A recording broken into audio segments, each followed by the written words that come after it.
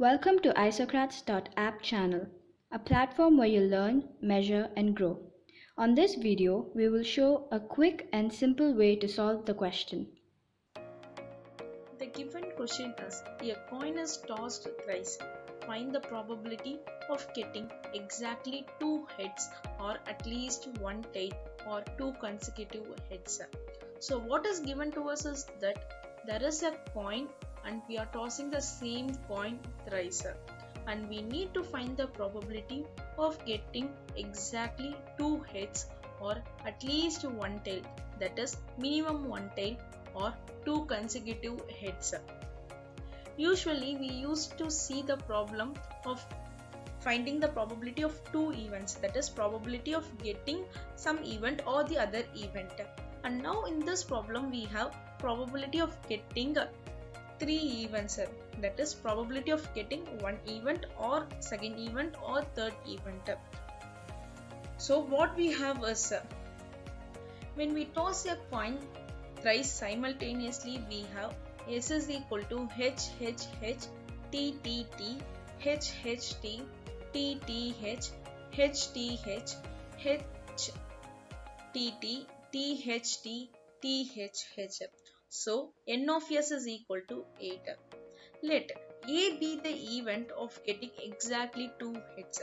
So from our sample space S, we are able to find that A is equal to HHT HTH THH. So N of A is equal to 3. We know that probability of an event can be found out by the formula P of A is equal to number of favorable outcomes divided by total number of favorable outcomes. By using the same formula, we are going to find P of A, which is equal to N of A by N of S, which is equal to 3 by 8.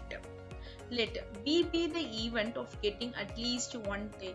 So from our S, we are able to find that B is equal to TTT HHT TTH HTH THT HTT THH.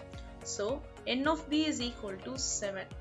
By using the same formula that we used to find the probability of an event, we have P of B is equal to N of B divided by N of S, which is equal to 7 by 8.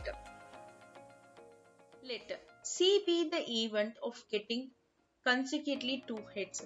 So from the sample space, yes, we are able to find that C is equal to HHT THH HHH.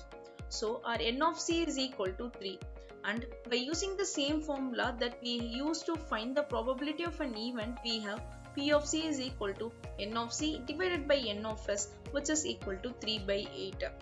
We already found that A is equal to HHT HTH THH and B is equal to TTT HHT TTH HTH THT HTT THH.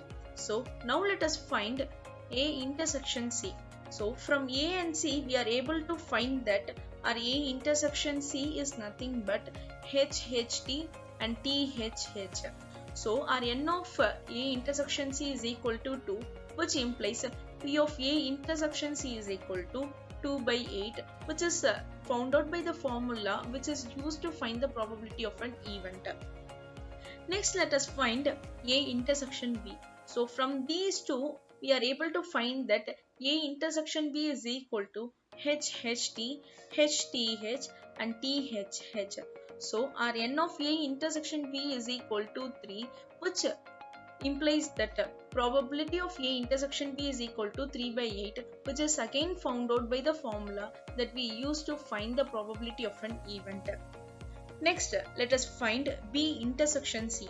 From these two, we are able to see that B intersection C is equal to HHT and THH, which implies that N of B intersection C is equal to 2, which implies P of B intersection C is equal to 2 by 8, which is again found out by the formula that we usually use to find the probability of an event. Next, let us find what is A intersection B intersection C.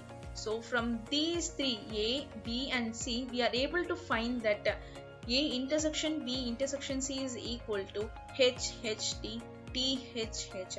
So we have N of A intersection B intersection C is equal to 2. Again we have P of A intersection B intersection C equal to P N of A intersection B intersection C divided by N of S, which is equal to 2 by 8. We are again using the formula of finding a probability of an event in order to find P of A intersection B intersection C. Why do we need all these values? Because we need to find P of A union B union C, which is given by the formula P of A union B union C is equal to P of A plus P of B plus P of C minus P of A intersection B minus P of A intersection B intersection C minus P of A intersection C plus P of A intersection B intersection C. So we have found out the values of P of A, P of B, P of C, P of A intersection B, P of A intersection C, P of B intersection C and P of A intersection B intersection C. So by using all these values we are able to find that P of A union B union C is equal to 3 by 8 plus 7 by 8 plus 3 by 8 minus 3 by 8 minus 2 by 8 minus 2 by 8 plus 2 by 8. So this 3 by 8 and this 3 by 8 gets cancelled each other, and this minus 2 by 8 and plus 2 by 8 get cancelled each other. So what is remaining to us is that 3 by 8 plus 7 by 8 minus 2 by 8. So we get 8 by 8, which is equal to 1. So probability of A union B union C is equal to 1.